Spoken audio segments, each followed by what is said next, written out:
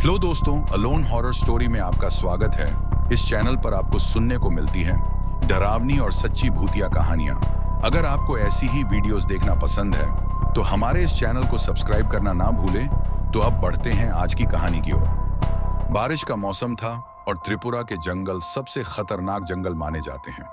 मैं अपनी टीम के साथ यहाँ पर पहुंच चुका था। हमारा काम बहुत ज्यादा साधारण रहने वाला था। इस जगह का निरीक्षण करना होगा, यहाँ पर कुछ नई चीज मिलती है उसका पता लगाना होगा, और हम अमूमन ऐसा काम 2-4 दिनों में निपटा दिया करते थे। भारत में ऐसे इलाके नहीं हैं जहाँ पर लोग नहीं रहते। ज्यादातर लोग तो जंगलों के बीच गांव बसाकर तक रहने लगे हैं। भारत की आबादी जितनी ज्यादा बढ़ती जा रही है, बड़े बड़े शहर इस आबादी को संभाल नहीं सकते, तो गांव में भी लोग रहते हैं और जंगलों में भी लोग रहने लगे हैं। जंगल के कई हिस्से जहां पर लोगों ने जमीनें हड़पना शुरू कर दी हैं। लेकिन हमारा काम उन लोगों को उन जंगलों से दूर करना नहीं है। हमारा काम है ऐसे इलाकों को ढूंढना जो बिल्कुल नए हो। वहां पर बनी हुई वो पुरानी चीजें अगर हमें मिले तो हमें बड़ा इनाम मिलता है। मेरी टीम में 4 लोग हैं और हम चारों ऐसा ही एक्सपेडिशन करने के लिए अलग अलग जगह जाते ही रहते हैं। इस बार हम त्रिपुरा में पहुंचे हुए थे और मुझे लग रहा था इन जंगलों में हमें कुछ ना कुछ ऐसा मिल जाएगा जिसके बदले में हमें बड़ी रकम मिलेगी। यह काम मैं बरसों से करता रहा था। समय समय पर टीम को बदला, लेकिन मैं इस काम को हमेशा आगे बढ़कर लीड करते हुए ही हमेशा के लिए करता रहूंगा। इस घने जंगल में कदम बढ़ाने में मुश्किल हो रही थी। बारिश बहुत ज्यादा थी और इस बार हमने गलती की थी। बारिश में अक्सर जंगल में जाना बेहद खतरनाक साबित हो सकता है। बारिश के कारण मिट्टी नरम पड़ जाती है और जब भी हमारे कदम उस मिट्टी के टीलों के ऊपर पड़ते हैं, पांव धंसने लगते हैं। 4 लोगों की टीम एक दूसरे की मदद कर सकती है, लेकिन फिर भी यह सफर काफी ज्यादा लंबा होने वाला था। मैंने कहा था अपनी टीम को कि 4 दिनों में हमें यह काम खत्म करना होगा। हमारे पास सबूत होने चाहिए। ज्यादातर बातों को उस टेप रिकॉर्डर में रिकॉर्ड करते जाओ, जो हो रहा है बताते जाओ। सबके पास एक टेप रिकॉर्डर होना चाहिए। मैंने भी अपना टेप रिकॉर्डर ऑन किया और उसमें बताना शुरू कर दिया। जंगल काफी ज्यादा घना है। चारों तरफ बारिश की आवाज हमें काफी ज्यादा परेशान कर रही है। त्रिपुरा के इस इलाके में मुझे नहीं लगता पहले कोई आया होगा।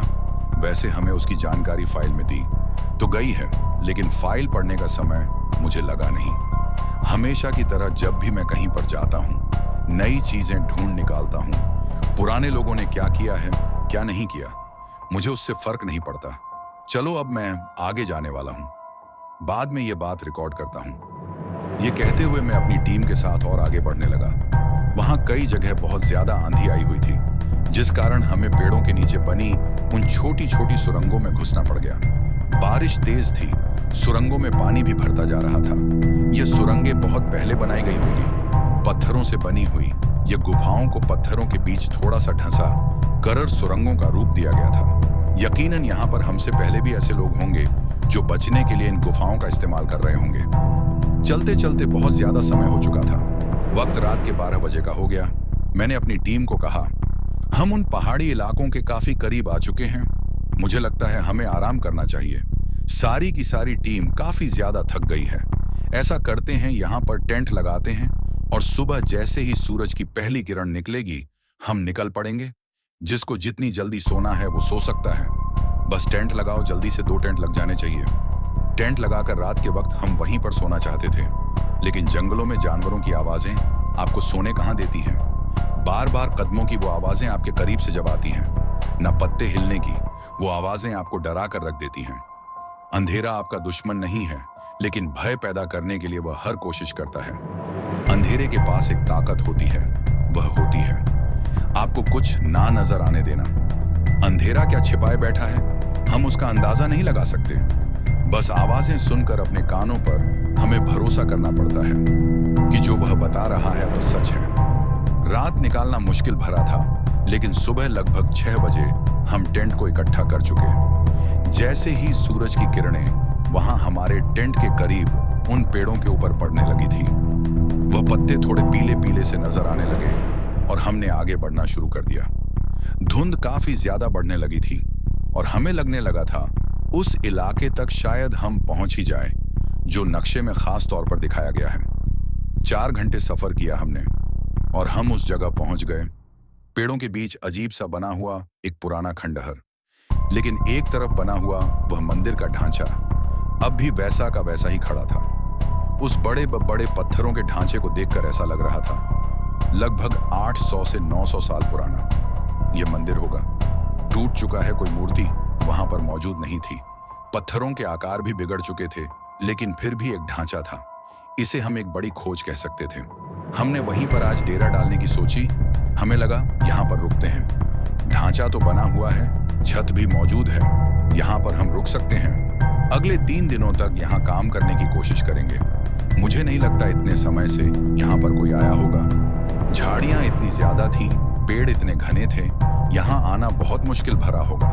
दूर दूर तक कोई नजर नहीं आ रहा था और यही डर था, अगर यहाँ कोई बड़ी मुसीबत हमारे सामने आ गई, ना बचाने के लिए भी कोई नहीं आएगा। वह मंदिर का ढांचा, हमने उसके अंदर ही अपना सामान रखना शुरू कर दिया। एक एक करके हम अपना सामान दीवारों के पास टिका जा रहे थे। आगे कोई दरवाजा नहीं था। हमें कुछ पत्थर इकट्ठे करने थे ताकि रात के वक्त यहाँ खतरा बिल्कुल ना हो और हम शांति से सो पाए। ऐसा ढांचा जंगल में मिल जाए, न बस पत्थर आगे लगा दो, अंदर कोई आ नहीं सकता, सुरक्षित आप नींद ले सकते हैं, वरना उस टेंट में हमेशा खतरा बना ही रहता है। हमने सारा सामान सेट किया, पत्थर आगे लगाया, उसे हटाने का पूरा सिस्टम बना लिया। धीरे धीरे समय बीतता जा रहा था और उसके बाद आसपास का कुछ निरीक्षण किया हमने। जैसे ही हम वापस आए, तभी मेरे एक साथी का ध्यान पड़ा। उस मंदिर की एक दीवार के पास एक बड़ा सा पत्थर है। वह पत्थर को हमने जब हटाया आगे लगाने के लिए, वह पत्थर के नीचे एक खाली जगह थी और वहां पर एक टेप रिकॉर्डर पड़ा था। ऐसा लग रहा था जैसे यहाँ किसी ने टेप रिकॉर्डर छिपाया हो। उसे निकालते ही हमने ऑन किया और उसके बाद उसके वह शब्द सुनकर हैरान हो गए थे। हम यह किसी अनिल नाम के लड़के का टेप रिकॉर्डर था। शुरुआत उसने की कि मैं एक्सपीडिशन करने के लिए यहाँ पर आया हुआ हूँ। रास्ता काफी खतरनाक लगता है, दलदली सा इलाका रास्ते में आया है और अब मुझे वह ढांचा मिल चुका है। उसने उस पूरे रास्ते का वर्णन किया था जिस रास्ते से हम आए थे। उसके साथ लगभग 9 लोग होंगे। उसने एक एक का नाम उस टेप रिकॉर्डर में बताया था। फिर इस मंदिर में उन्होंने पत्थर आगे की तरफ लगाए और यहाँ एक रात वो रुके थे। उसने टेप रिकॉर्डर में वो सारी बातें बताई हुई। पहले दिन की उसकी बातें आसपास हमने निरीक्षण किया। आसपास कई पत्थर थे। मैं उसे सुनता जा रहा। तभी मेरे एक साथी ने कहा, देखो वक्त बहुत ज्यादा हो गया, अंधेरे वाला वक्त हुआ है, तुम बेवजह इस रिकॉर्डर को चलाए जा रहे हो। मुझे सोना है, जल्दी सोने दो, मुझे बंद कर दो इसे। मेरा साथी ये कह रहा, तभी मुझे लगा मुझे बाहर निकलना चाहिए, इसे सुनना तो चाहिए। पत्थर को हटाकर आगे वाली एक डाल पर मैं चढ़ गया। मैं रिकॉर्डर की वह बातें सुन रहा। तभी उसमें अनिल नाम के उस लड़के ने कहा, हम हैरान हो गए, आखिर इतना ज्यादा सोना यहाँ पर हो सकता है। ये बात सुनते ही मेरे रोंगटे खड़े हो गए। कैसे सोने की बात कर रहे हैं, ये उसने कहा। सामने वाली उस पहाड़ी पर जो नजर आ रहा है, ये सोने जैसी चीज ही लगती है। ऐसा लगता है पहाड़ी के ऊपर कोई मंदिर बनाया गया है जिसका गुंबद सोने का हो और चांद की रोशनी जब उस पर पड़ रही है न साफ साफ नजर आ रहा है, ये सोना ही है। मैंने उस डाल से ऊपर की तरफ देखा। उस मंदिर के पीछे वाली वो पहाड़ी के ऊपर कुछ चमकदार था और सच में यह चमक साधारण नहीं थी। कोई सुनहरी चीज होगी जिसकी चमक साफ साफ नजर आ रही थी। तभी मैं भागता हुआ मंदिर के अंदर की तरफ आया। मैंने अपने साथियों को जगाया और कहा, जल्दी जल्दी चलो, मेरे साथ चलो, चलो तुम्हें एक चीज दिखाता हूं। आंखें खुली रह जाएंगी और तुम्हारा चेहरा भी खिल जाएगा। तुम्हारे चेहरे की मुस्कुराहट हटेगी नहीं। मेरे साथी आंखें मलते हुए मेरे साथ आए। मैं उस पेड़ पर चढ़ने के लिए उन्हें कहने लगा, क्योंकि यह चीज नीचे से साफ नजर नहीं आ रही थी। वो ऊंचे वाले पेड़ पर चढ़े। जब उन्होंने उस पहाड़ी के ऊपर देखा, सबकी आंखें खुली की खुली। सब कह रहे थे, ये पक्का कोई सुनहरी चीज है। और क्या सच में यह सोना हो सकता है? मैंने तब उन्हें वो टेप रिकॉर्डर के शब्द सुनाए। देखो वह लड़का कह रहा है, हमें ऊपर जाना होगा, ये सुनहरी चीज है, इसे जल्द से जल्द लेना होगा। कहीं ऐसा तो नहीं कि यह टेप रिकॉर्डर वाला लड़का यहाँ पर टेप रिकॉर्डर छिपाकर ऊपर की तरफ चला गया है। हमें उन लोगों से पहले ऊपर पहुंचना होगा। हम भी हक जताए, कुछ ना कुछ हिस्सा तो मिलेगा ना। ऐसा ना हो कि वह ऊपर पहुंच चुके हों और हम देर कर दें। क्या करें? निकले अभी मेरे साथी हाँ कर चुके थे। और तब मुझे लगा जो करना है जल्दी करना है। सामान समेटा। हमने मंदिर से बाहर निकले। वो ज्यादा बड़ी पहाड़ी नहीं थी, लेकिन फिर भी 1 से 2 घंटे का सफर पहाड़ी के ऊपर करना पड़ सकता है। तब जाकर ऊपर हमें गुंबद मिलेगा। शायद प्राचीन मंदिर हो, सुनहरी मंदिर जिसका छतर ऐसा सोने का हो। हमने उस पहाड़ी के ऊपर चढ़ना शुरू किया। जैसे जैसे हम चढ़ रहे थे, टेप रिकॉर्डर पर मैं अपनी बातें रिकॉर्ड करता जा रहा था। हमें लगता है यह कोई सुनहरी मंदिर है, चमक तो रहा है, बाकी ऊपर जाकर पता लगेगा। ऐसा ना हो ऊपर जाकर सिर्फ धातु मिले, लेकिन जो भी मिलेगा इससे इतना तो पक्का है कि हमें विजय राशि तो मिलेगी ना। ऐसी रकम जो एक्सपीडिशन के बाद में सरकारी तौर पर और गैर संस्थान भी हमें देते हैं। शायद कुछ ना कुछ कीमती मिल जाए तो जिंदगी बन जाएगी। ये रिकॉर्ड करके मैंने अनिल की वो रिकॉर्डिंग सुननी शुरू कर दी। उसने भी कहा था हमें ऊपर जाना होगा, ऊपर चढ़कर हमें पता लगेगा कि यह चीज हमें आसानी से मिल पाएगी या थोड़ी मुश्किल होगी। पहाड़ी काफी बड़ी नजर आ रही है, इस पर चढ़ना भी काफी खतरनाक होगा। अजीब अजीब से पौधे हमें नजर आ रहे हैं। मैंने वो टेप रिकॉर्डिंग सुनी, बहुत सारी बातें थीं। उसमें ऐसी बातें थीं जो यहाँ मौजूद हो ही नहीं सकती। उसने कहा, ये जो छोटी सी पहाड़ी है ना, इसके ऊपर रेगिस्तानी टीले भी हैं, रेत भी है, बर्फ भी पड़ रही है। ये हो रहा है, वो हो रहा है। मैं उस टेप रिकॉर्डर को सुनता जा रहा, हंसता जा रहा, और फिर मैं अपने साथियों को कहने लगा, दोस्तों इसमें तारीख बोली है। ये तारीख तो पिछले साल की है। हम बेवजह रात के वक्त ऊपर चढ़ने लगे। भाई ये पिछले साल की रिकॉर्डिंग है। अब उसने कहा है हम ऊपर चढ़ रहे हैं। मुझे लगता है कोई ना कोई हादसा हो गया होगा, कुछ ऐसा हुआ होगा। तभी उनमें से एक लड़के ने बोला, सर मुझे लगता है पिछले साल हुआ था ना, यहाँ इन इलाकों में कहते हैं। एक टीम गायब हो गई थी, उनमें से एक आदमी बचा था। उनके बारे में ज्यादा जानकारी नहीं है, लेकिन मैं इतना जानता हूँ कि उन्हें कुछ बहुत बड़ा मिला था, लेकिन बाद में ढूंढने की कोशिश हुई, वह चीज कोई ढूंढ नहीं पाया। यह बात अपने साथी की सुनकर एक पल के लिए मुझे लगा था, कहीं यह रास्ता खतरनाक तो नहीं। नहीं, जिसने यह टेप रिकॉर्डर में अपनी बातें रिकॉर्ड की है ना, यह कोई पागल ही होगा। और कौन सी बात कर रहे हो ये खबर के बारे में? मैंने तो सुना नहीं, उसने कहा। मैंने सुना एक आदमी बचा था, कोई 8-9 लोग गए थे, 9 लोग जैसा कि टेप रिकॉर्डर में बताया गया है। बातें समान सी थी लेकिन कुछ अलग भी। अगर कोई यहां पर पहुंच पाया तो उसे वह मंदिर क्यों नहीं मिला? सुनहरी चीज की जानकारी क्या इस टेप रिकॉर्डर में होगी या नहीं, मैं जानना चाहता था, लेकिन आगे की जानकारी टेप रिकॉर्डर में निकल नहीं रही। टेप रिकॉर्डर थोड़ा सा खराब हो चुका था। मैं बार बार उसे हाथ से मारे जा रहा, लेकिन वह ऑन नहीं हो रहा। शायद उसकी बैटरीज खत्म हो चुकी थी, तो मैंने उसके अंदर की उस टेप को निकाला, जेब में डाला, टेप रिकॉर्डर को मैंने फेंक दिया। अपने टेप रिकॉर्डर में मैं बातें रिकॉर्ड करता जा रहा था। आगे मुश्किल हो रही है, आगे जो भी होगा मैं कुछ बातें यहां पर बताने की कोशिश करूंगा, लेकिन शुरुआती रास्ता अंधेरे में मुश्किल भरा हो रहा है। किसी भी पहाड़ी पर चढ़ना इतना आसान नहीं होता कि सीधा ऊपर की तरफ चढ़ना शुरू हो जाओ। आपको एक दिशा में चढ़ना होता है। धीरे धीरे ऊपर की तरफ आप पहाड़ों में गए हैं, वहां भी ऐसे ही रास्ते होते हैं, ना एक दिशा में, फिर घूमकर दूसरी दिशा में, फिर एक दिशा में घूमकर दूसरी दिशा में, इस तरह शिखर तक पहुंचा जाता है। यहां पर भी हम ऐसे ही रास्ते बनाने की कोशिश कर रहे। धीरे धीरे सफर मुश्किल भरा होने लगा था। यहां इस पहाड़ी के शुरुआती चरण में ही हमें बड़े बड़े कैक्टस के पौधे मिले। ये कैक्टस के पौधों पर इतने बड़े बड़े कांटे लगे हुए थे, ना 1-2 बार मेरे एक साथी की पेंट वहां पर फंस गई। वह पेंट उसने खींचने की कोशिश की और वह पेंट फट गई, लेकिन उसकी टांग पर भी चोट लगी थी। वह कांटे धातु की तरह सख्त थे, पत्थर से भी तोड़े नहीं जा सकते थे, यानी कि हम गलती नहीं कर सकते। उन कैक्टस से दूरी बनानी होगी। हम उस कैक्टस से दूर निकलकर और रास्ते से ऊपर चढ़ने की कोशिश करने लगे, और वहां पर बांस के बड़े बड़े पौधे लगे हुए। जैसे ही हम उनको पकड़ने की कोशिश करते, वह बेहद कच्चे थे, टूट जाते और हमारा पैर फिसलता। हम नीचे की तरफ घिसने लगते। ऐसे 2 घंटे निकाले। मुझे लगा था 2 घंटे में हम शिखर तक पहुंच जाएंगे, लेकिन ऐसा कुछ होगा हमने कभी नहीं सोचा था। मेरे साथी भी अब कहने लगे थे, क्या रात में हमें ये सफर करना भी चाहिए? कुछ समझ में नहीं आ रहा। लाइट तो हम डाल रहे हैं, लेकिन ये बांस के पौधे देखो, भूरे रंग के सूखे हुए लगते हैं। सख्त होने चाहिए, लेकिन गन्ने की तरह, जैसे अंदर से रस भी निकल रहा है और नर्म कितने हैं, पकड़ नहीं सकते। बीच बीच में पत्थर के समान, बीच बीच में नरम। इसीलिए बार बार जब भी गलती से हम नर्म वाले उस बांस के पौधे को पकड़ते, हमारा पैर फिसल जाता, हाथ से वो निकल जाता। थोड़ी सी चोट मेरे घुटने पर लगी थी, तब मैंने अपने साथियों को कहा था, हमें इन्हें पकड़ने की जरूरत नहीं है। ऐसा करते हैं, दाईं तरफ से निकलने की कोशिश करते हैं। ये बांस के पौधे धीरे धीरे देखो ऊपर की तरफ जा रहे हैं, तो हम दाईं तरफ से धीरे धीरे साथ में चलते जाएंगे। इन्हें पकड़ने की कोशिश नहीं करेंगे। यह तरीका बिल्कुल सही होगा। चलो मेरे पीछे पीछे चलना शुरू कर दो। मेरे साथी मेरे पीछे पीछे चलने लगे।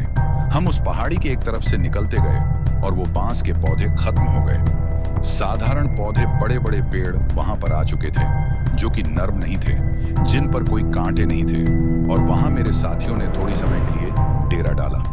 हम थक चुके थे।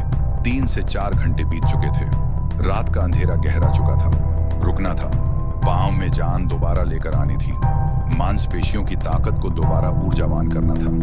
हम वहीं पर रुके रहे। 1 घंटे हमने इंतजार किया, पानी पिया, और उसके बाद जब ऊर्जा हमारे शरीर की मांसपेशियों में प्रवाहित होने लगी, हमारे कदम भी आगे बढ़ने लगे थे। अब आगे मिट्टी बहुत ज्यादा नर्म थी, जैसे यहाँ पर बहुत ज्यादा बारिश हुई हो। हमारे पैर मिट्टी में धंस रहे थे और हम चढ़ाई पर चढ़ रहे थे, इसीलिए मुश्किल ज्यादा थी। ऐसा ना हो हमारा पैर फिसले और हम काफी ज्यादा नीचे गिर जाए, या इस दलदल जैसी मिट्टी में हमारा पैर फंसा रहे और निकालने में मुश्किल हो। वहां मिट्टी में हम भारी भारी पत्थर, भारी भारी लकड़ियों को ऐसे रखते, उन पर पैर रखते हुए आगे बढ़ते, और धीरे धीरे आगे निकलने में हमें ज्यादा देर लगने लगी, क्योंकि मिट्टी और भी ज्यादा नर्म होती जा रही थी, गहरी होती जा रही थी। अचानक मेरा साथी चीखा, कहने लगा, सांप सांप, ये मिट्टी के अंदर सांप है। और सच में मिट्टी के अंदर से रेंगते हुए एक बड़े सांप को देखा। हम एक तरफ सट चुके थे। एक पेड़ को हमने पकड़ लिया, और समझदारी इसी में थी कि हम पेड़ के ऊपर चढ़ते सामान को हमने नीचे फेंका और हम पेड़ के ऊपर चढ़ गए। जिंदगी बचानी ज्यादा जरूरी थी, लेकिन जब हमने नीचे देखा, वह सांप के बीच वाला हिस्सा बहुत ज्यादा नरम था। लेकिन एक तरफ हमने देखा तो यह सांप था ही नहीं। यह लगभग 6 फुट का केंचुआ था। आगे का हिस्सा, पीछे का हिस्सा हमारी आंखों के सामने जब आया, हमारे लिए यह साफ हो गया था, यह केंचुआ ही है जो मिट्टी खाते हैं। लेकिन इतना बड़ा केंचुआ मैंने जिंदगी में कभी नहीं देखा था। जब हम इसकी जानकारी लोगों को बताएंगे ना, यहाँ बड़े बड़े वैज्ञानिक आएंगे, आंखें खुली की खुली रह जाएंगी। कभी भी इतना बड़ा केंचुआ देखा ही नहीं गया होगा जो यहाँ पर। और हम हंस पड़े, अरे ये तो केंचुआ है। हम केंचुए से डर गए, लेकिन इतने बड़े होते नहीं ना, अजगर के सामान हैं। यह अजगर के समान लेकिन मिट्टी खा रहा है। हम वहां छलांग लगाकर पेड़ से नीचे उतरे और उस नर्म मिट्टी में पैर रखते हुए आगे बढ़ने लगे। वह जो केंचुए थे ना, वह ना देख सकते थे, ना सूंघ सकते थे और ना सुन सकते थे। इसीलिए जैसे ही थोड़ी सी थरथराहट की आवाज उस मिट्टी में होती, वो घबराकर मिट्टी के अंदर चले जाते।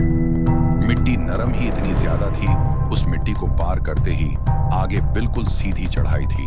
और मेरे साथी कह रहे हैं, लगता है हम शिखर के बहुत ज्यादा करीब आ गए हैं। एक तो पेड़ बहुत ज्यादा लगे हुए हैं, कुछ समझ में नहीं आ रहा, इतना ज्यादा तो चढ़ चुके हैं। अब तक तो ये छोटी पहाड़ी का शिखर आ जाना चाहिए था। मुझे लगता है ये जो सीधी चढ़ाई है ना, इसके ऊपर पहाड़ी का शिखर होगा। लेकिन सीधी चढ़ाई में चढ़ना बहुत ज्यादा मुश्किल होता है। हम ऐसा कोई औजार या हथियार लेकर नहीं आए थे जिससे उन पेड़ों को काट पाते, उन बेलों को काट पाते। ऊपर चढ़ने के लिए रस्सी तक लेकर नहीं आए थे। लेकिन कहते हैं कुदरत हमारी बहुत ज्यादा मदद करती है। वहां पर कुदरती बेलें थी, बहुत ज्यादा मोटी, नीचे की तरफ लटकी हुई, बिल्कुल रस्सी के समान। मैंने अपना वजन खींचने की कोशिश की, उस बेल के सहारे ऊपर चढ़ने की कोशिश की, और वो बेल मजबूत थी। उस बेल के सहारे हम लगभग 27 से 28 फुट तक ऊपर चढ़ सकते थे, और वहां से बेलें निकल रही। मैंने अपने साथियों को कहा, चलो ऊपर चढ़ने की कोशिश करनी है, हमें जोर लगाओ। जोर ऐसे काम भी हमें कभी भी करने पड़ सकते हैं। हम एक एक बेल को पकड़कर ऊपर चढ़ते गए। मेरा एक साथी 12 फुट ऊपर तक चढ़ा था और फिर कहने लगा, मुझे घबराहट हो रही है। मैंने कहा, ऐसे छोड़ना मत, धीरे धीरे नीचे उतरो। अगर घबराहट हो रही है, उसकी आंखों के सामने अंधेरा आया या वह बेहोश हुआ, उसने बेल को अपने हाथों से छोड़ दिया और 12 फुट नीचे सख्त मिट्टी थी। उसकी पीठ पर एक पत्थर टकराया, उसके सर पर पत्थर टकराया और सर से थोड़ा थोड़ा खून निकलने लगा। वह बेहोश था। कुछ समय बाद हम नीचे उतरकर उसे होश में ला पाए और उसकी पीठ काफी ज्यादा जैसे जख्मी हो चुकी, जिस कारण वो कूबड़ निकाल कर चल रहा। हमें लगा ऐसे तो ऊपर चढ़ना मुश्किल हो जाएगा। इसके बाद हम अब निर्णय लेने वाले थे। अमूमन अगर हमारा कोई साथी इस तरह जख्मी हो जाए तो उसे उसी जगह रुकने के लिए कहा जाता है और किसी ना किसी को उसके साथ छोड़ा जाता है। बाकी लोग ऊपर चढ़ते हैं, लेकिन यहाँ पर तो 4 लोग थे। अगर नीचे उसके साथ में किसी को छोड़ता तो आगे हम कैसे बढ़ते? 2 ही लोग रह जाते। मैंने कहा, देखो, इसे यहाँ कुछ समय के लिए अकेले रुकना होगा। इसे किसी पेड़ पर चढ़ा देते हैं, सुरक्षित जगह पर। ये कुछ समय इंतजार करेगा। छोटी सी पहाड़ी है, ऊपर जाएंगे, हम देखेंगे वह सुनहरी चीज क्या है। उसके बाद यहीं से नीचे आ जाएंगे। देखो तो सही, यहाँ कुछ 2728 फुट की ये बेल है। ऊपर ही तो छोटी होगी। उसने हामी भर दी। उसे हमने पेड़ के ऊपर चढ़ा दिया, लटका दिया। वहां फट्टे फंसाकर उसके लेटने का पूरा इंतजाम कर दिया था और फिर बेलों को पकड़कर हम तीनों ऊपर की तरफ चढ़ने लगे। 28 फुट सुनने को बहुत कम लगता है, लेकिन जब बिल्कुल सीध में ऊपर चढ़ना पड़ जाए ना आपकी बाजू जवाब देने लगती है, घबराहट होने लगती है और एक बार नजर नीचे पड़ जाए ना, फिर तो हालत पतली। इसीलिए मैंने अपने साथियों को कहा था, कोई नीचे नहीं देखेगा, बस हम ऊपर की तरफ जाएंगे। सब लोग जल्दी जल्दी चढ़ो। हम तीनों ऊपर तक पहुंच चुके थे। बेलें नीचे की तरफ लटकी हुई और तब हमें ऊपर चढ़ने का और रास्ता नजर आया। अभी छोटी नहीं आई थी। इतना लंबा सफर हम तय कर चुके, लेकिन अब तक छोटी नहीं आई। लेकिन हमें यह पता था कुछ ही घंटों में अब दिन हो जाएगा। रोशनी में चढ़ना ज्यादा आसान होता है। ऊपर से नीचे की तरफ हमने आवाज लगाई, छोटियां नहीं हैं, हम इससे और ऊपर चढ़ने वाले हैं। उसके बाद कुछ ही समय में नीचे आते हैं। मुझे लगता है यह वाला रास्ता सीधा ऊपर की तरफ जाता होगा। पत्थर लगे हैं, यहाँ पत्थर हम ऊपर जाकर आते हैं। नीचे वह साथी जो पेड़ पर चढ़ा हुआ था, उसने कहा, ठीक है, तुम जाकर आओ, मैं तो आराम कर रहा हूँ। अब यह सीधा घुमावदार रास्ता लग रहा। बड़े बड़े पत्थर नीचे लगाए गए थे, जैसे यह किसी सड़क का निर्माण किया गया हो। हम उस पर बड़ी आसानी से चलते जा रहे। धीरे धीरे पत्थरों के आसपास घास बहुत ज्यादा थी। लगभग 40 से 50 फुट हम चले थे। उन झाड़ियों को थोड़ा थोड़ा साफ करते हुए आगे हमें जैसे मिट्टी के छोटे छोटे टीले नजर आए, 2-2 फुट के, जो कि उन पत्थरों के ऊपर बने हुए ये दीमक के टीले लग रहे। और मेरे एक साथी ने कहा, ऐसे सांप के टीले भी होते हैं। ये दीमक के टीलों के अंदर चूहों को ढूंढते ढूंढते ढेर सारे सांप पहुंच जाते हैं। टीलों से हम दूर निकलेंगे, ये काफी खतरनाक साबित हो सकते हैं। मैंने भी हामी में हामी मिलाई और हम एक तरफ से जब निकलने वाले थे, उस टीले के अंदर से काले रंग की लगभग 1 फुट की मकड़ी निकली। पेट उसका पूरा काला, बड़ा सा मुंह, बड़ी सी आंखें और कई टांगे, चमकदार, बिल्कुल एक काले कीड़े की तरह। हम घबरा गए। ऐसी मकड़ी हमने भी जिंदगी में कभी नहीं देखी थी। हम थोड़ा सा आगे बढ़ने लगे। आगे ढेर सारे टीले और हर एक टीले के अंदर से एक एक मकड़ी निकलकर टीले के ऊपर बैठ रही, टांगों को अंदर की तरफ ढंसाकर, जैसे टीलों के अंदर जाने वाले वो छोटे छोटे रास्तों को बंद करके वह मकड़ियां बैठी हों। हम उनसे डर रहे थे, शायद वह भी हमसे डर रही थी। वह नहीं चाहती थी कि कोई टीले के अंदर आए। अजीब मकड़ियां, कैसी पहाड़ी है ये, यहाँ पर हमें और क्या देखने को मिलेगा। ऐसी मकड़ियां मैंने जिंदगी में कभी नहीं देखी। एक बार मंदिर के शिखर तक पहुंच जाए, वो देख ले कि हम सोना ही हैं या कोई और धातु है। उसके बाद नीचे आएंगे और फिर वैज्ञानिकों को लेकर आएंगे। हमारी यह जो तस्वीरें हैं ना, यह अखबार में छपने वाली हैं। मेरे दोस्त थोड़ा खुश हो गए थे। मेरे व साथियों के चेहरे पर मुस्कुराहट आ गई थी। अचानक वह जो मुस्कुराहट थी न, वह डर में बदल गई। वह मकड़ियां अपने टीलों को छोड़कर हमारे पीछे पड़ गई। उनके भागने की रफ्तार बहुत थी और 1 फुट की मकड़ी का मुंह कई इंच बड़ा था, आसानी से हमें काट सकती थी। हम आगे भाग रहे और वो झाड़ियों को चीरती हुई मकड़ियों की संख्या लगभग 20 से 22 थी। पीछे वाला पूरा इलाका काला काला सा, कई मकड़ियां पेड़ों के ऊपर चढ़ चुकी थीं। कई मकड़ियां नीचे वाले रास्ते से हमारे पीछे पीछे हमें पहाड़ी के ऊपर चढ़ना था, लेकिन हम कई जगह नीचे की तरफ उतरे जहां हमें रास्ता नजर आया। हम उस तरफ गए और एक जगह मकड़ियों ने पीछा करना बंद कर दिया। उस अंधेरे में जहां एक तरफ से थोड़ी थोड़ी रोशनी आने लगी थी, यानी कि दिन होने लगा था। हमें लगा शायद ये रोशनी अब हमें बचा पाए और मकड़ियां भी शायद दूर चली गई हैं। मेरे दोस्त जानते थे मकड़ियां जिस तरह से पीछा कर रही हैं, ना हम पेड़ों पर भी चढ़ जाएंगे तब भी बच नहीं पाएंगे। और पता नहीं कितनी जहरीली हूं। ये तो काले बिच्छू की तरह पूरी तरह से काले थी। वहां पेड़ के पास से बहुत ज्यादा खुशबू आ रही। ये पेड़ की मैं पहचान कर सकता था, चंदन का पेड़। और आसपास नजर पड़ी तो हर एक पेड़ चंदन का ही था। चंदन के पेड़ों की खुशबू दूर दूर तक फैली हुई। और तभी मेरे दोस्त ने कहा, हो, सांप सांप। एक पेड़ के ऊपर सांप हरे रंग का था, नीचे की तरफ लटका हुआ। वो लगभग 8 से 9 फुट लंबा सांप था। ऊपर वाली टहनी से बिल्कुल एक लट की तरह नीचे की तरफ लटका हुआ। और आसपास के सभी चंदन के पेड़ों के ऊपर सांप ही सांप थे, गुच्छा बनाकर जैसे फल लगे हुए हों। वो हिलते हुए सांप थे। भरे पड़े वो पेड़ और उनके बीच बिना आवाज किए धीरे धीरे कदम बढ़ाते हुए हम आगे बढ़ रहे हैं। यहाँ हमें जो जो नजर आ रहा है वह प्रकृति के बिल्कुल खिलाफ नजर नहीं आता, लेकिन अलग नजर जरूर आता है। सांप बिल्कुल फल का आकार लिए एक दूसरे से लिपटकर गोल गेंद की तरह बने हुए थे। नीचे की तरफ लटके हुए दूर से देखने में ऐसा लगेगा जैसे बड़े बड़े तरबूज पेड़ों के ऊपर लटके हों। करीब से हिलते हुए सांप साफ नजर आएंगे। धीरे धीरे वह बड़े बड़े गोले जमीन पर गिरने लगे। जैसे ही वह गोले जमीन पर गिरते, सांप जैसे गोले का आकार छोड़कर अलग अलग हो जाते। और तब देखा वो गोले में लगभग 20 से 25 सांप थे और ऐसे गोले ढेर सारे नीचे गिर रहे। सांप ही सांप पूरी की पूरी जमीन काले रंग की हो गई, हरे रंग की हो गई, बीच बीच में भूरे भूरे। वह सांप जो जमीन से निकल कर आ रहे, उनके भागने की रफ्तार तेज थी, ऐसे नीचे घिसते हुए हमारे पीछे। और हम एक पेड़ पर चढ़े। तब जाकर हमें लगा हम बच पाएंगे। वह पेड़ काफी ज्यादा ऊंचा था, देवदार का इकलौता पेड़ जो उन चंदन के पेड़ों के बीच लगा हुआ। वो सांप जैसे हमारे पीछे ही थे, लेकिन वहां सूखी पड़ी लकड़ियों को हमने आग लगाई। कई सूखे पत्ते थे, उन्हें भी आग लगाई। और हम आग के पीछे, सांप वहां आग से दूर भाग रहे। और धीरे धीरे वह सांपों की जो हलचल मची हुई ना, वह कम हो गई। ऐसे हमने खुद को बचाया और थोड़ी थोड़ी रोशनी होने लगी थी। देखने में साफ लग रहा था हम एक बड़े पहाड़ के ऊपर हैं। और तब हमें लगा कि जरूर हम शिखर तक तो पहुंच गए होंगे, लेकिन जब नजर ऊपर पड़े, ऊपर थोड़ी और चढ़ाई बाकी थी। पहाड़ों पर कितना है समझ में नहीं आ रहा, लेकिन नीचे हमें मैदानी इलाके साफ साफ दिखने लगे थे। इतना साफ था कि ऊंचाई तो बहुत हो चुकी है, लेकिन जब हम नीचे थे यह पहाड़ी इतनी ऊंची तो लग नहीं रही थी।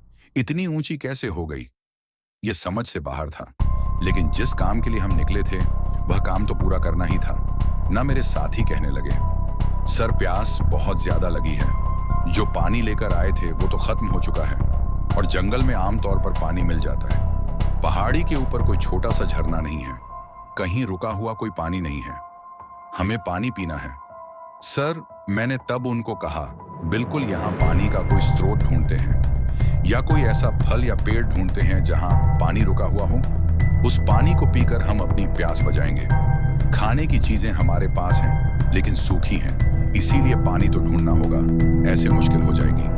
मैं अपने साथियों के साथ आगे पानी का कोई स्रोत ढूंढने लगा। टिप टिप पानी की बूंदों की आवाज साफ साफ सुनाई दे रही। कहीं पास में ही पानी है, थोड़ा थोड़ा जैसे छोटा पानी का झरना हो। उसके टिप टिप की आवाज साफ सुनाई दे रही और हम उस तरफ बढ़ने लगे। जैसे जैसे हम उस आवाज के करीब जा रहे थे, आसपास की मिट्टी गीली थी और हमें सामने एक छोटी सी सुरंग नजर आई, जिसके अंदर झरने की साफ आवाज थी, यानी पानी अंदर बह रहा है।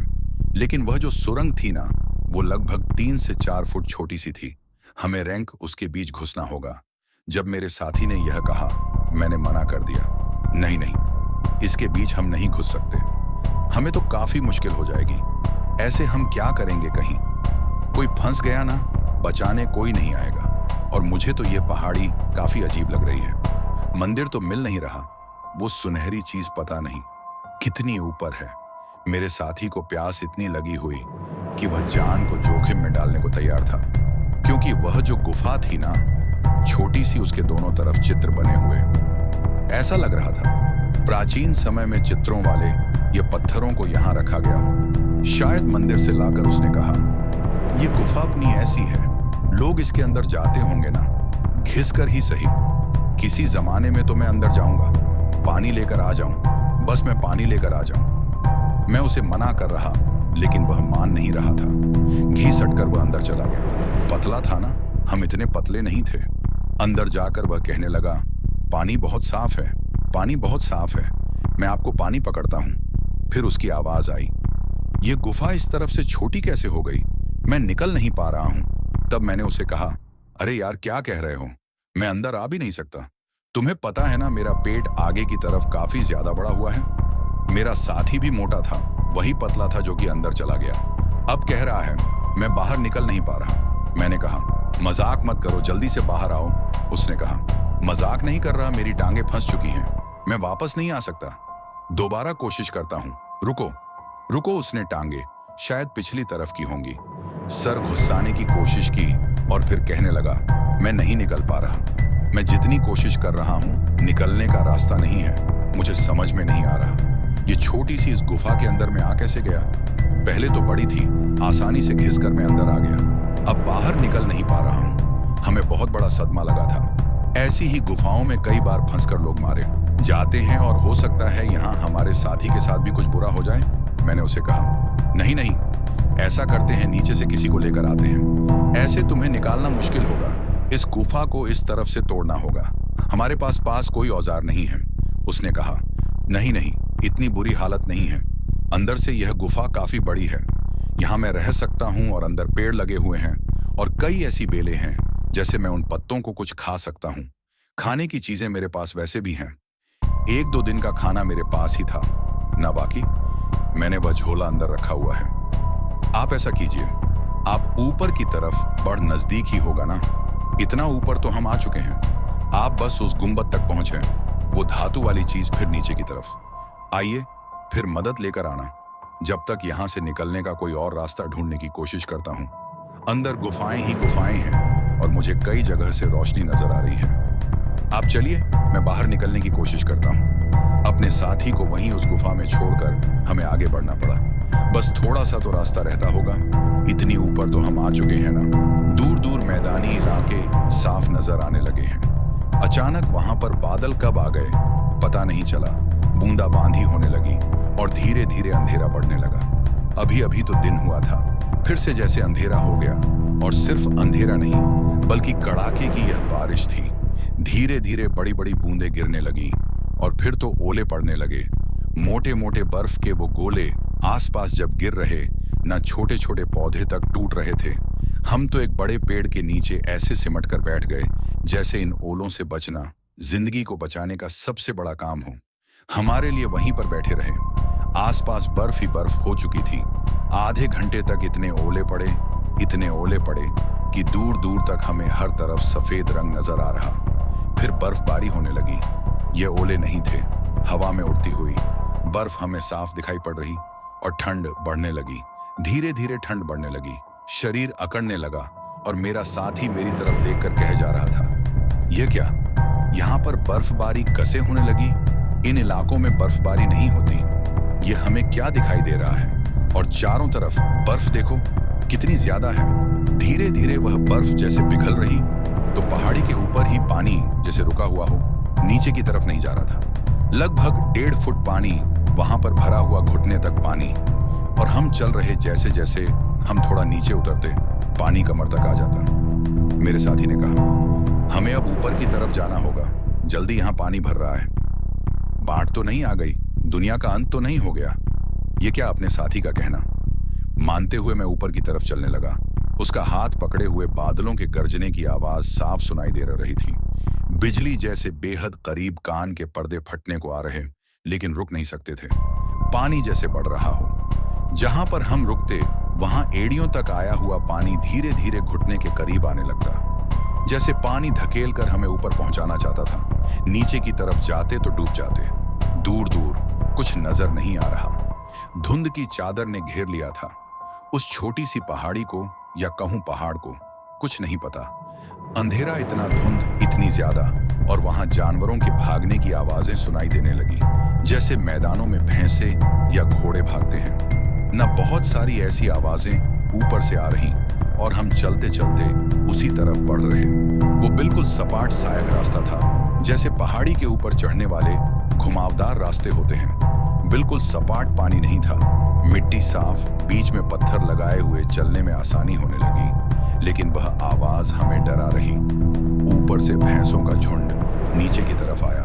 वह सर भैंसों के थे, शरीर घोड़े के। ऐसा जिंदगी में हमने कभी नहीं देखा। यह कैसा दृश्य है, लेकिन वह भैंसे हमें मारना चाहते थे। मैं तो एक पेड़ के पीछे छिपकर बाहर की तरफ देख रहा, लेकिन मेरा दोस्त, मेरा साथी, वो डर गया। वो नीचे की तरफ भाग रहा और भैंसों के उस झुंड में, या कहूं घोड़ों की झुंड में, खो गया। वो नीचे की तरफ कहां गया मुझे नहीं पता। वह धुआं, वह अंधेरा ऐसा भयानक था। न वह खामोशी मुझे खाए जा रही थी, पूरी तरह से शांति। और मैंने अपने साथी का नाम पुकारना शुरू कर दिया, लेकिन उसका कोई जवाब नहीं। सन्नाटा पूरी तरह से छाया हुआ। अगर आप कोई पत्थर को जमीन पर फेंकते ना, तो उसके गूंजने की आवाज भी साफ सुनाई देती। मुझे तो अपने दिल की धड़कन तक सुनाई दे रही थी। या तो मैं डरा हुआ था, या मैं पागल होने वाला था। नीचे से दोबारा वैसी आवाजें आने लगी, लेकिन इस बार वह आवाजें करीब आ रही थीं। ऐसा लग रहा था जैसे वह अजीब सा भैंसों का झुंड ऊपर की तरफ आ रहा हो। तो मैंने ऊपर की तरफ भागना शुरू कर दिया। जितनी तेजी से मैं भाग सकता था, उतनी तेजी से मैं भाग रहा था। मुझे बस अपनी जान बचानी थी। भागते भागते ऐसे पेड़ों के झुंड के बीच से मैं निकल रहा, जैसे ये गन्ने के छोटे छोटे पौधे हों। धीरे धीरे वह पौधे बड़े बड़े थे, जैसे मैं किसी खेत में हूं, बिल्कुल सपाट से मैदान में। मैं भागा जा रहा। वो आवाजें पीछे से आ रही, झुंड बड़ा था जो मेरा पीछा कर रहा। और मुझे अपनी जिंदगी की परवाह थी, तो मेरे कदम बड़े मुश्किल से आगे बढ़ पा रहे। टांगों में जान खत्म होने को आ रही थी। इतने घंटे का सफर था, इतने घंटे का सफर जिसे मैं 2 घंटे का सफर समझ रहा था। वह इतना बड़ा हो चुका, और शिखर अब भी नहीं मिल रहा, और नीचे मैं उतर नहीं सकता था। मौत दिख रही मुझे नीचे, मौत। जैसे ही वो गन्ने के पौधों के बीच से मैं निकला, वो भैंसों के झुंड की आवाज बिल्कुल बंद हो चुकी थी। आगे पहाड़ी का वह हिस्सा जहां पेड़ काले थे और शिखर बिल्कुल सामने नजदीक नजर आ रहा, लेकिन वह मंदिर नजर नहीं आया। अजीब सी आकृतियां थीं और आसपास काले पड़ चुके पेड़ और बर्फबारी, जिसके कारण यहाँ बर्फ हर तरफ थी। ठंड थी, लेकिन शरीर को इतना अकड़ा नहीं रही थी। आगे मुझे हड्डियां नजर आईं, कई इंसानी हड्डियां जो बिखरी हुई नहीं थी। जैसे कोई इंसान यहाँ पर आया हो, बैठे बैठे मर गया, उसके शरीर के मांस के हिस्सों को अलग किया गया। हड्डियां वैसी की वैसी। थोड़ा आगे बढ़ा तो ऐसे कंकाल यहाँ पर भरे पड़े थे। लाशें ही लाशें होंगी। यहाँ कितनी लाशें थी मैं बता नहीं सकता। वह कंकाल जैसे मुझसे कह रहे हो, तुमने गलती की है, तुम्हारे साथ भी ऐसा होगा। वो आवाजें मेरा दिमाग मुझे सुना रहा था, लेकिन फिर भी मुझे लग रहा सच्चाई है, ये सच्चाई। और आगे मुझे मेरे साथी की आवाज सुनाई दी, आ जाओ इधर, इधर जल्दी आओ, जल्दी। मैं उसी तरफ भागा। मैं अपने साथी के पास जाना चाहता था। शायद वह किसी तरफ से ऊपर आ गया होगा, लेकिन यह आवाज मेरे उस साथी की थी जिसे बहुत चोट लगी थी, जिसे नीचे हम पेड़ पर छोड़कर आए थे। फिर मेरे 2 दोस्तों की आवाज आई, और फिर 3। उन तीनों की ऊंची आवाज मुझे करीब से आ रही, और वहां एक काले रंग का पेड़। और जैसे ही मैं पेड़ के करीब गया, उनके चिल्लाने की, मुझे बुलाने की आवाज मध्यम पड़ चुकी, जो फिर बंद हो गई। फिर उनके सिसक की आवाज थी, क्योंकि तीनों फांसी के फंदे पर उसी पेड़ पर लटके हुए मैं भागा उन्हें बचाने के लिए। यह उनके साथ किसने किया है? तभी मुझे एक आवाज सुनाई दी, रुक जाओ। अगर तुमने उनकी मदद करने की कोशिश की, तो तुम्हारे साथ भी यही होगा। तुम्हारा चुनाव किया गया है, जिंदा रहने के लिए वह मारे जाएंगे, तुम जिंदा रहोगे। यह आवाज किस तरफ से आ रही है मुझे नहीं पता था, लेकिन मैंने हाथ जोड़े और कहा, मेरे दोस्त को छोड़ दो। कौन हो तुम, क्या हो तुम? और मुझे जवाब मिला, क्या हूं मैं यह पर्वत हूं, यह पहाड़ हूं, जिसे तुम एक मुर्दा मिट्टी का हिस्सा कहते हो। जीवन है मुझ में, और ऐसा जीवन कई पर्वतों में होता है, लेकिन तुम इंसान जान नहीं पाते। लोभ के कारण आ जाते हो। तुम्हें फंसाना आसान है। तुम्हारी आंखें बेईमानी से भरी पड़ी हैं। ऐसी चीज जो कीमती हो, उसकी तरफ खींचे चले आते हो। लेकिन तुम खुशकिस्मत हो, तुम्हारा चुनाव किया गया है जिंदा रहने के लिए, क्योंकि तुम यहां तक पहुंच पाए हो। सफर आगे भी बहुत भयानक होता, लेकिन तुम्हें बाहर जाने का रास्ता दिया जा रहा है। फिर ऊपर से भूस्खलन हुआ, उस मिट्टी ने मुझे भी बहाया। मैं समझ नहीं पाया कि क्या हो रहा है। मेरी सांसें रुक रही थी, जबान कांप रही, मुझे कुछ नजर नहीं आ रहा। फिर मैंने मिट्टी को एक तरफ किया, जमीन से मैं निकला। मैं पहाड़ों के बीच नहीं था, एक खेत के बीच था। एक खेत के बीच मिट्टी को हटाकर जब मैं बाहर निकला, कुछ लोग हैरान मेरी तरफ भागे भागे आए। मेरी मदद करने के लिए मैंने उनसे पूछा, मैं कहाँ पर हूँ, ये कैसी जगह है? उन्होंने कहा, यह तो खत है। और तुम यहाँ पर कैसे आ गए? मैं एक गांव के खेतों वाले हिस्से में था। मुझे वहां से शहर भेजा गया। इलाज के लिए मेरे शरीर पर चोट लगी थी और मैंने जानकारी दी जिसे किसी ने सच नहीं माना। मुझे पागल माना गया। मैं बताता गया मेरे साथ क्या हुआ। कोई मानने को तैयार नहीं। पहाड़ जिंदा नहीं होते। मैं मेरे साथी कहीं मर गए होंगे। मैं पागल हो गया। इसी कारण यह कहकर मुझे पागल खाने में भर्ती करवाया गया। वहां रहकर जानने की कोशिश की। मैंने ना तो किताबों में ढूंढ पाया, ना किस्सों में जान पाया। जो हमारे साथ हुआ था वह अलग ही दास्तान थी। लेकिन ढूंढा मैंने अनिल कौन था जिसका वो टेप रिकॉर्डर मिला था। कौन था वो? मैंने जानकारी इकट्ठी की तो मुझे पता लगा यह एक लड़का जो अपने 9 साथियों के साथ त्रिपुरा के उन्हीं जंगलों में गया था जहां पर उसके साथ भी कुछ ऐसा हुआ, और वह भी एक पागल खाने में मौजूद है। यह मेरे लिए सदमे के समान था। कई लोगों ने मुझसे पूछा, आखिर वह जगह कहां पर थी? जिन्होंने मुझ पर यकीन किया। मैंने कहा, वो पहाड़ी जिसके ऊपर सोने का गुंबद नजर आता है। उन्होंने कहा, वहां हम कई बार गए हैं, ऐसी कोई जगह नहीं है, तुम हमारे साथ चलोगे? मैंने कहा, नहीं, मैं दोबारा वहां नहीं जा सकता। वह दोबारा मुझे जिंदा नहीं छोड़ेगा।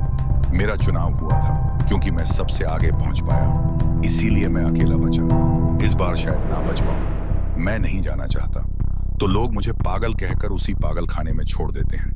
हंसता रहता हूं दीवारों को देखकर। जब भी दिमाग में वह घटनाएं याद आती हैं, शरीर कांपने लगता है, उंगलियां हिलने लगती हैं, हंसी निकलने लगती है।